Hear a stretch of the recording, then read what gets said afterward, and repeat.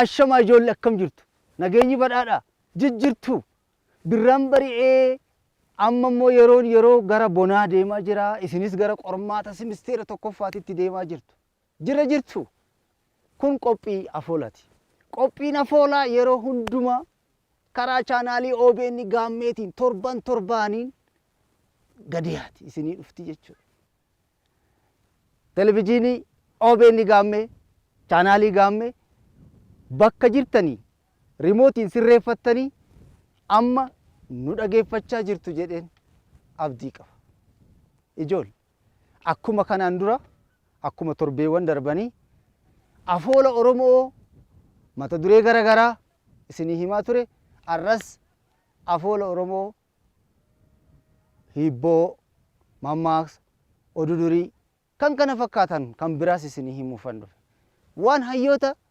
manguddoota irraa fudhadheellee hin jira jidduu jidditti isiniif dabalee isiniif dhiyeessuuf toora qabsiisee hin jira nafaana jirtumi ashu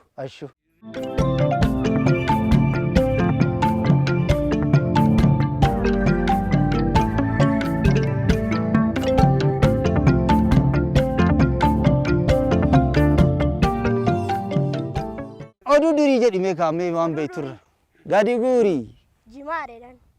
Takka. Qeerransa. Qeerransa lama. Qeerransaa fi re'eedha. Re'ee ture. Namicha tokkotti dhufeedhaan. Namicha tokkotu itti dhufe. Nu ceesi jedhaniini? Laga ceesisanii dhufe. Achumaan kam dura ceesisa. Wanni inni jedhee hiibboodha. Hiibboon kun akka yaadduu isin taasisa. Namicha tokkotu waa sadii qaba. Laga guutetti dhufee laga ceesisuu barbaade. Baala raafuu re'ee fi qeerransa ture jechuudha. Laga ceesisuu barbaade. Yoo qeerransa dura fudhate re'een baala raafuu ni nyaatti. Yoommoo baala raafuu san fudhatee deeme qeerransi re'ee ni nyaata. Akkam godhee kam dura baasee deebi'a akka jedhudha. Isin achitti waliin mari'adhaa. Ani gara oduu durii kiyyaatti deebi'a.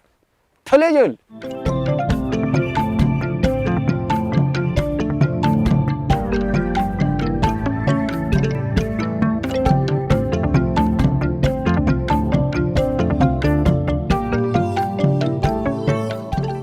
Oduu durii gadi guurii jettanii na hordofaa jirtu isinis warri mana keessan teettanii nu ilaalaa jirtanis nu dhageeffadhaa.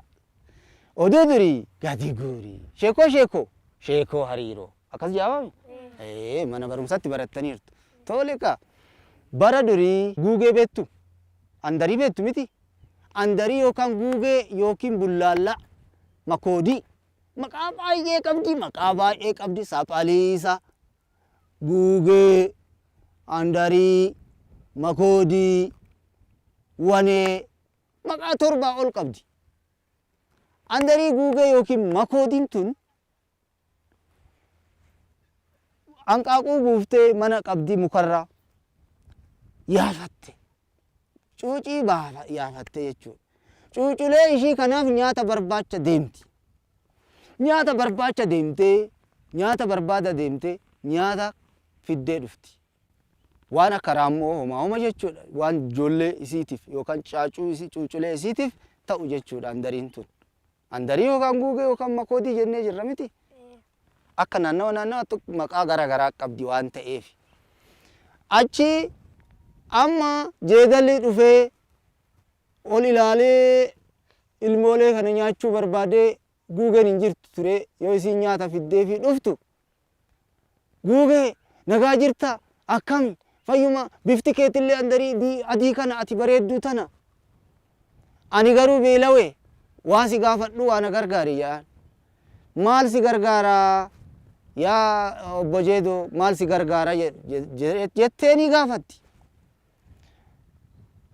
Nan beela'ee ani immoo kabaja sii qaba sin jaalladha. Ijoollee kee cuuculee kana keessa takka gannaa darbii. Ishee har'a nyaadheetinin ka galgala immoo adamoo biraatittan deemaa jedheen jedhama. Tole jettanii? Achi lakki ani ijoollee koo ijoollee 6 qabdi cuuculee 6 qabdi. Ijoollee 6 kana addaan hin baasu waaqatu naa kenne ati moo nyaata waan waaqni sii kenne qabdaa deemii waan biraa al ooladhu yookaan adamadhuuti adamsoo deemiti ka biraa barbaaddadhu malee an ijoollee koo siin kennu jette didde.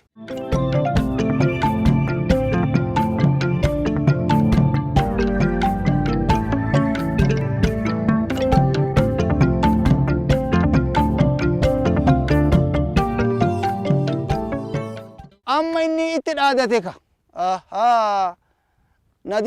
nadinnaan olin koraa muka kana koreetanan jaanus harkaa fixaa takka ogannaa darbite garuu shansii haftii jaan maal jetteen seetan tolee kaa ta'u jette booyaa takka darbiteef amma tana nyaatee deemi borumtallee hogguu deebu amma odoo koreen fidhee ammallee takka gannaa darbii jedhaan ammas hin darbiteef meeqa jechu ijoollee jaa keessa meeqa kenniteef cuucotti meeqa darbite cuucii lama darbiteef meeqa tofaaf afur tofeef jechuudha amma cuucoleen afranii nafteefi isii boottuu huummoon balali'aa dhufe huummoon akkas huummoo beektu huummoo hin beektumi huummoon guddaa qoffee kana dheeratu allaattii guddaa garuu guchiin ga'u guchiin baay'ee guddaadhami huummoon isarra xiqqaadha garuu huummolleen ni balali'aa guchiin hin balali'u huummoon ni balali'aa gurraacha guddaa marga keessa gala jechuudha marga nyaataa inni illee raammolee adda addaa huummoon kun yoo deemuun aadaa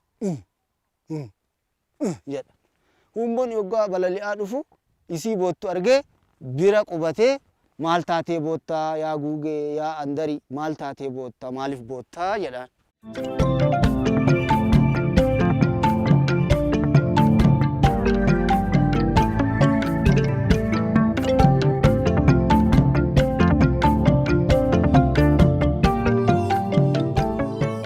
maal jetteeni deebiste seetan akkanatti jeedalloon kaleessallee dheengaddallee dhufte yookaan koree ijoollee teessi jalaa fixaa yookaan takka takka gannaa darbii jette kuno afurtu naafe ijoollee jaa keessa lama darbeefi jira dheengadda tokkon darbeefi kaleessa tokkon darbeefi har'allee ammanatti dhufa akkamiin godha jettee isii boottuu argee akkana yoomii asii jeedalli muka namatti kortee ati gooyoomtetin ijoollee gad darbitaafi ar'aan booda cuucii tante gad hin darbiniifi jeedalli mukan koru miti reejool jeedalli yookaan waangoon mukan kortuu mire hin kortuu sardiida jechuudha naannoo tokko tokkotti sardiinni muka koruu hin danda'u sardiinni muka koruu waan hin dandeenyeef amma andariin maal taate ture hin gowwoomtami eenyutu gowwoomse jeedalatu makoodii gowwoomsemi tole makoodii ni beeytu jeedaloo argitanii beeytu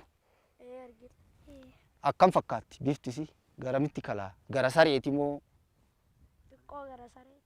gara sareeti baay'ee gaarii isinii galeera isilleen sardiida jedhamti jeedala jedhamti waangoo jedhamti maqaa baay'ee qabdi egaa sardiida yookaanis jeedalli kun akkasitti dhaadataa ture goyyoomsaa ture huummoon maal godheef iccitii himeefi mitiri huummoon iccitii eega himeefiin booda tole naa gale jetteet amma booda gad hin darbu cuuciitiyya jetteet afran san kunuunfachuu jalqabdee